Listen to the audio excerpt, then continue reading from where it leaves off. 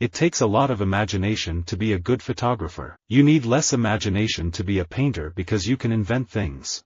But in photography everything is so ordinary, it takes a lot of looking before you learn to see the extraordinary.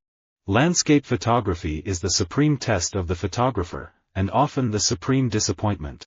No photographer is as good as the simplest camera. If the chemistry is right between star and photographer and the geometry of the pictures pleases the star, often the two people end up with a long-term professional friendship during which they continue to work together and to produce highly personal images. I like it when one is not certain what one sees, when we do not know why the photographer has taken a picture and when we do not know why we are looking at it. All of a sudden we discover something that we start seeing. I like this confusion. We will literally send a van and a photographer to the home of anybody that can say they can't get a picture made and a photo ID, and we will do it, at the state's cost and the taxpayer cost and not at the individual cost. My mom was a photographer, and whenever they needed a baby for a modeling job, she'd stick me in front of the camera. That's how it started. It is part of the photographer's job to see more intensely than most people do. He must have and keep in him something of the receptiveness of the child who looks at the world for the first time or of the traveler who enters a strange country. I'm not a photographer, so I didn't get into f-stops or ND filters or background, foreground, crosslight, all that stuff. But I was interested in the camera and the lenses. That's the world that I'm moving in terms of acting and giving a performance. For a photographer, sharks are a stirring subject, possessing a perfect blend of grace and power. They have been sculpted by evolution and are ideally suited for whichever ecosystem they inhabit, from coral reefs to the open ocean. By the time I met Julia Child, her husband, Paul, was little more than a ghost of a man, so diminished by old age and its attendant diseases that it was impossible to discern the remarkable artist, photographer and poet he once had been. My youngest son becomes an award-winning nature photographer, and I cannot resist writing poems to his pictures. My daughter loves to cook, though I do not. Yet together, we write a cookbook with fairy tales. And now a second. As an avid photographer, I also took advantage of the latest technology in photography, digital photography, to post photos on my website on a daily basis. The job of the color photographer is to provide some level of abstraction that can take the image out of the daily. Sometimes when I'm being photographed, I hear the voice of this photographer who told me when I was about 6 while he was taking my school photo that I didn't have a nice smile, and I shouldn't smile in photos. You do your work as a photographer and everything becomes past. Words are more like thoughts. The photographer's picture is always surrounded by a kind of romantic glamour, no matter what you do, and how you twist it.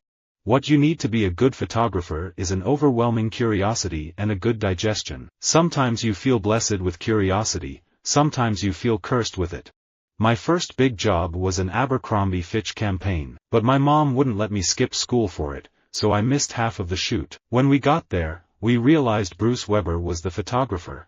We knew we had made a mistake. My job as a portrait photographer is to seduce, amuse and entertain. There's a kind of telepathy that goes on with the photographer and model. The most important thing you learn as a sports photographer is anticipation, not where the action is taking place, but where it's going to take place. Not where the subject is now, but where they're going to be. It is the photographer, not the camera, that is the instrument. Sometimes they are a matter of luck. The photographer could not expect or hope for them. Sometimes they are a matter of patience, waiting for an effect to be repeated that he has seen and lost or for one that he anticipates. As a photographer, God's light in Southern California is something unlike I've ever seen on planet Earth. There's a beauty about it, especially in the afternoon, that is so pretty.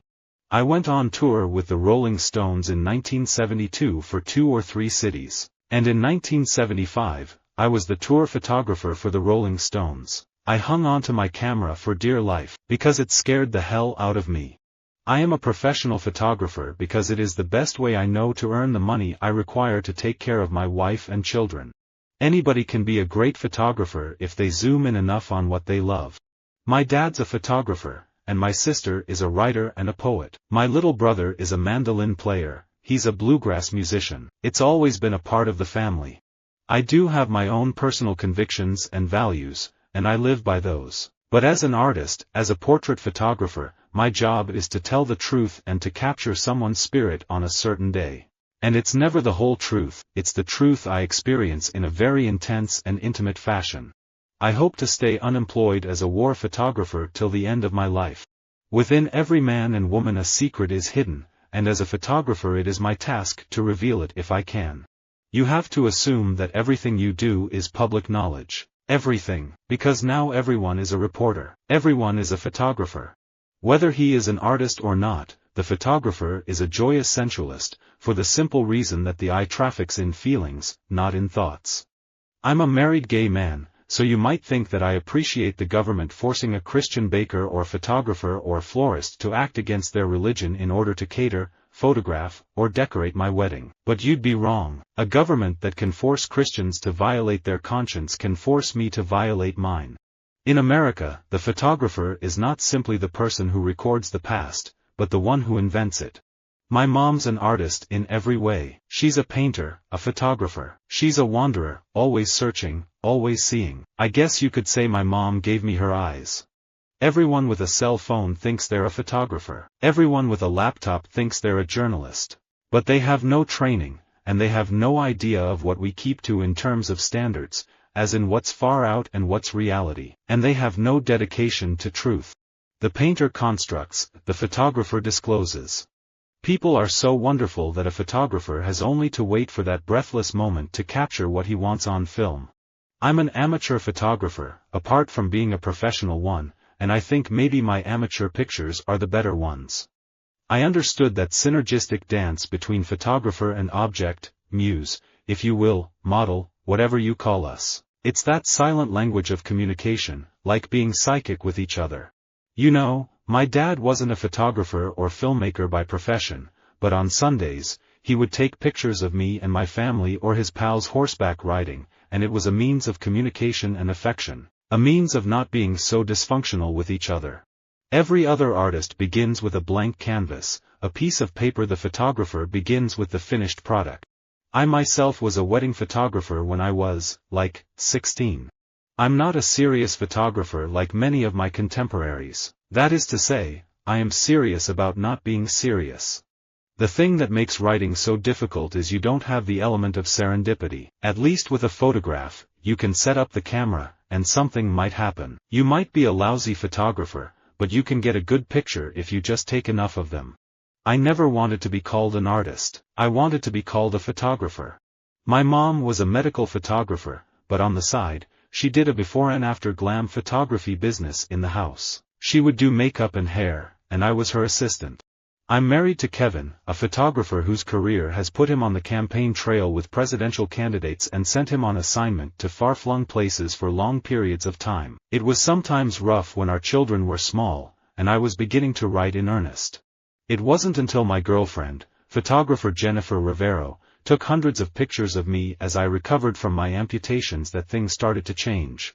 The process was a sort of therapy for me, which Jennifer coined as phototherapy. I grew to see the beauty and strength in myself and my journey through the lens of her camera. Visit our website for more quotes, quoting.com.